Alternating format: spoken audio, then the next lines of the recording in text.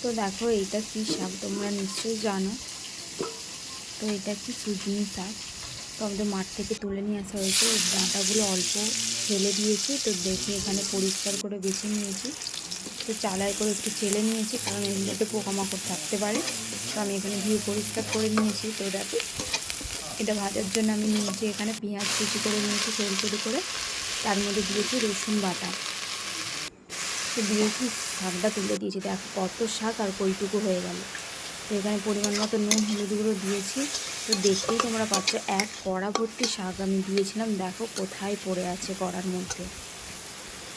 তো এই শাক খেতে তোমরা কে কে পছন্দ করো কমেন্ট করে জানিও। তো এই শাকটা খেতে তো আমার খুব সুন্দর লাগে, দারুণ অসাধারণ টেস্টি লাগে। মাছটা আমি ধুয়ে কেটে পরিষ্কার করে নিয়েছি।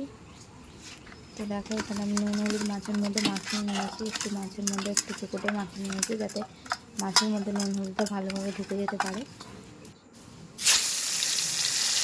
তো এখানে তেল গরম হয়ে গেছে, মাছগুলো আমি ভেজে নেবো। এই মাছটার নাম কী বলো তো তোমরা কেউ জানলে তো কমেন্ট করতে পারো, কিন্তু মাছটার নাম হচ্ছে মধুভোলা। তো দেখো মাছটা আমার এখানে ভাজা হয়ে গেছে। তো এখানে তেল গরম হয়ে গেছে, তেলের মধ্যে দিয়ে দেবো পেঁয়াজ কুচি। তো তোমরা এই মাছ খেতে খেতে ভালোবাসো কমেন্ট করে জানিও।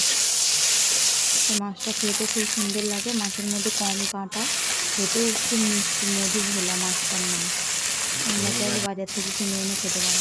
দেখো এখানে টমেটো, আদা রসুন বাটা, নুন হলুদ লঙ্কাগুলো দিয়ে পেস্ট করে নিয়েছি। তো মশলাটা আমি এখানে কষতে থাকবো।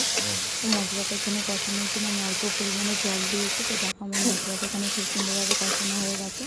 তো এখানে ভেজে রাখা মাছগুলো দিয়ে দিয়েছি। এখানে ভেজে রাখা মাছগুলো দিয়ে দিয়েছি, এর মধ্যে দিয়ে দেবো ধনেপাতা কুচি।